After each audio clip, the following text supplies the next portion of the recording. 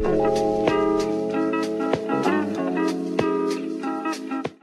busy linguists, привет всем, как дела? I hope you're all doing well. So I just finished teaching, and as it always is the case with me, I never stop. I always want to be creating stuff, which is why I'm sitting here in front of all of you today.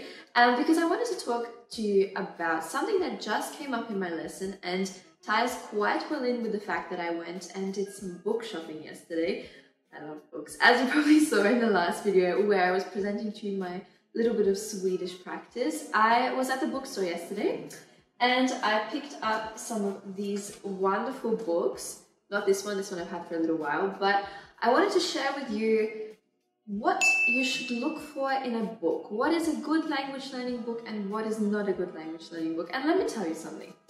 This is coming from someone who literally started with reading. I have loved reading my whole life, and when it comes to language books, I'm not just talking about, novels in a book or stuff like that, but generally just really when you're in front of the bookshelves, whether it be at the library or whether it be, at the bookstore, and you feel overwhelmed and you're thinking, which book is the best one? And I mean, language books are not always on the cheap side. I mean, some really, really good course books cost about 30 euros, so in Australian dollars, for example, I know I've paid sometimes around 50, and this is for one course book, so you can imagine how many course books you're going to need.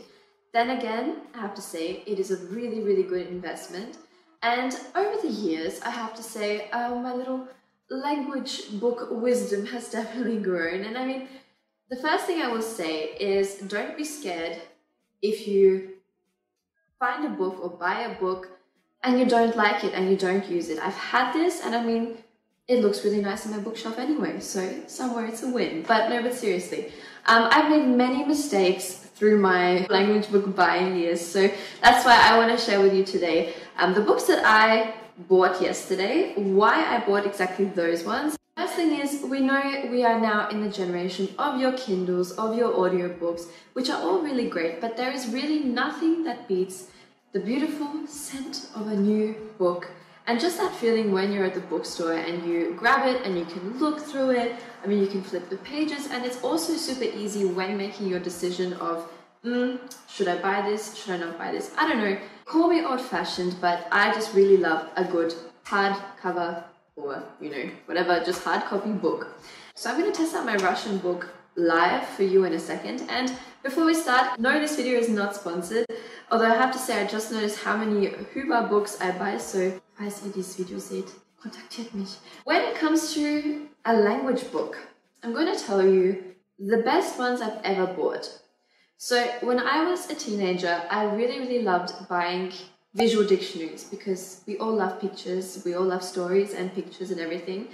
And I also remember being gifted or being, given books as a present. And I have to say, although they were really good, two of the books that I never found myself using or reading, even though I had quite a few of them, were these visual dictionaries and also kids' books. Now, one of the things that is very, very often said in the language learning realm is get a children's book because they are super easy to read. I don't know about you, but this has never worked for me. So children's books, I don't know, I don't think I ever got through a kid's book, maybe unless when I was a child. That was probably the only time I actually got through a kid's book because it interested me. So the key takeaway, I'm just going to get to it straight away, is you need to find a book that you are going to be interested in. So I remember when I was maybe my second year of German and I went to the bookstore, and it was the best feeling ever when there was an international book section, and these were actual books like, well, at the time I was reading Dan Brown, the Da Vinci Code and all that, and they had these in German. And even though my German level was nowhere near, like at that time, to be able to read that book, it gave me a really, really good goal because this was a book by my favorite author that had been translated, and because I loved it, it gave me that motivation. I was like, I really want to read this book. So you need to be reading something that interests you. This doesn't necessarily have to be a book, but it has to be something that gauges your attention and, that gauges your interest. And that's what I found yesterday when I was standing in front of this bookshelf, overwhelmed by all these books. I had about 6 in my hand, and I was like, no, Lina, we got to calm down. You're just going to get 3. It was almost 4, and I was like, oh, do I really need 3 Russian books. So the key thing is find a book that you're actually going to read till the end and finish it. Take your time, don't feel guilty if you walk away with a book and you find you're not even interested in. Like, why I like bookstores and I don't really like buying books online that much is because, as I said, I really like to look at the book, and I've done this when I've bought a book online, even though you can sometimes see the first few pages. I did this with an Asimo book. Sorry, Asimo, I do have an Asimo book now, but I bought a Russian Asimo book when I was first learning, and I got really bored of it really quickly because I didn't also get the CD. So that was probably my mistake, but I found had I had the CD, maybe it would have been more interesting. But yes, if you don't want to spend a lot of money as well, you can definitely check out books from the library. That's what I did all of my teenage years. And the only books I really bought were the ones that I needed for school. So I had my Collins grammar dictionaries and my actual Collins grammar books and stuff like that. But it was really only later on that when I started, earning my money, that I went and bought language books. So you can also find a lot of secondhand ones.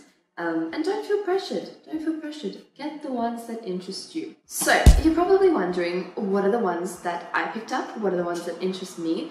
And as you can see, as I said, there's a pattern going on. I have the Huba series. And another one that I like, I have this for French, are these Lernkrimi series. I have the feeling that these are only in Deutsch, so they're only in German. They are from in Lingua. But they are super, super good. So if you can speak German, falls ihr Deutsch sprecht, diese Serien sind, also nicht Serien, aber diese Bücher sind richtig, richtig geil. Die sind von Kompakt Verlag. Das sind Lernkrimis. Ich liebe Krimi-Geschichten und ich finde sowas immer geil. Und warum das so geil ist, weil es so diese Rätsel gibt. Also in jedem Buch gibt es Rätsel und sie haben Bücher von A1 bis zu B2, glaube ich, oder sogar C1. Also sind richtig top. So, let's get to this one. I have to say, one of the things with Russian books for me was the fact that reading in Russian was never my strong suit. I mean, the way that I started learning Russian was I learned the alphabet when I was 8.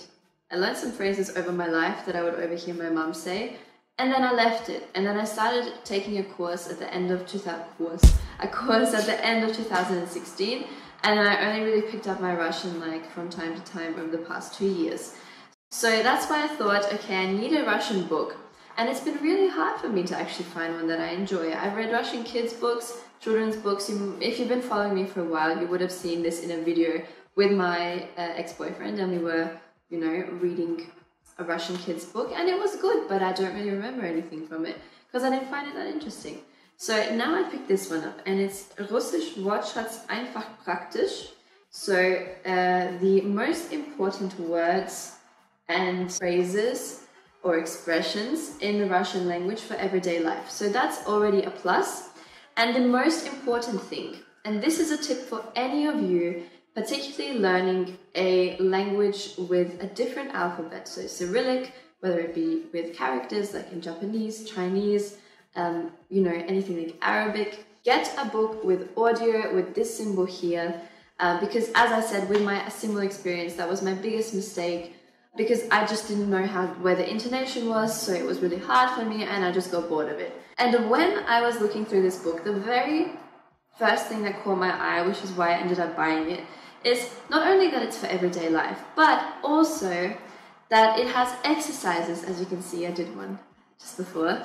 There are exercises, you have a pronunciation guide, and there are just words for everyday life. The key thing here are the exercises, and I find that super, super important in any book, especially a course book would have this, but any other type of book, particularly when you are still, at an early stage of your learning, or even later on. I mean, it doesn't really matter, but have exercises where it's kind of a story plus grammar, because as I always say, you're killing 2 birds with 1 stone. It's effective, it keeps you engaged, because you're not just passively reading, but you're reading with the goal of actually completing an exercise. So it's a win-win. Also, let's get to it. Und für diejenigen, die fragen, warum ich Bücher auf Deutsch kaufe oder bestelle. Nummer 1, ich wohne in Deutschland, also das ist das, was wir hier haben, natürlich. Und das zweite ist, Zum Beispiel, wenn ich Russisch lerne, ich habe das einfach für mich selber entdeckt, dass ich viel besser Sachen merken kann, wenn das so Deutsch-Russisch ist. Und das heißt Language Lettering, also wenn man eine andere Sprache durch eine andere Sprache lernt, die man schon gelernt hat. Also, ihr versteht schon. So I kind of skipped the first chapter and went straight to the exercises, but I feel like I need to have a look at all the words. Члены семьи. Мать, отец, родители, сын, дочь, ребенок, дети, брат, мой младший брат, сестра, моя старшая сестра, дядя, тетя, троюродный брат, троюродная сестра, племянница, дедушка, бабушка, внук, внучка, подруга, жених, невеста, муж, супруг, жена, супруга, супруги, невестка. And of course, when you're looking at a list like this, I mean, I'm not going to be using the words for Schwiegersohn und Schwiegertochter yet, so I don't really pay much attention to those. I pay attention to the ones where I'm going to need them more in my everyday life. And then the other ones I can learn later. So it's all about prioritizing people. Привет, как у тебя? Вас дела? Спасибо, очень хорошо. Так себе. Рада тобой вами познакомиться. Я женат, замужем, не женат и не замужем. Я работаю в офисе. Где ты живешь? Вы живете. Я живу в Москве. Откуда ты? Я из Москвы. Как ваши новые соседи? Они приветливые. Приветливые. Да, они приветливые. Они очень послушны. There's also a flirting page here. Always useful, always useful. Отличная идея, да. Also, by the way, like this starts from level A1 and it goes all the way to level A2. So a book like this is good if you are somewhere in the middle, as we tend to be when we've kind of left a language for a little while. So busy linguists, my final point when it comes to reading is take it step by step. So work with a chapter, or let's say with a particular word list like you would have here, one piece at a time. So I wouldn't go and read this whole chapter. I'm not going to do it because I know my brain by now, and all of our brains are very similar in the sense that we get bored really easily, and when we see a chunk of information or, words, it just switches off. So what I would do is write down those key phrases that that you feel are really relevant right now, and work with those. Repeat them for about a week and then go to the next one. Then test yourself after a period of time.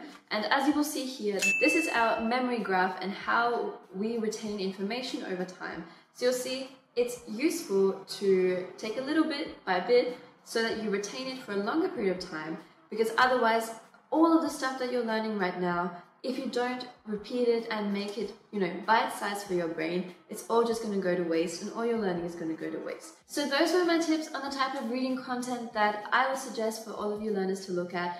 And also, as a last note, I know there tend to be a lot of books or packages that say easy as pie, super easy, super simple. But at the end of the day, I just want to be honest with you, and I think that's really important, that it isn't easy.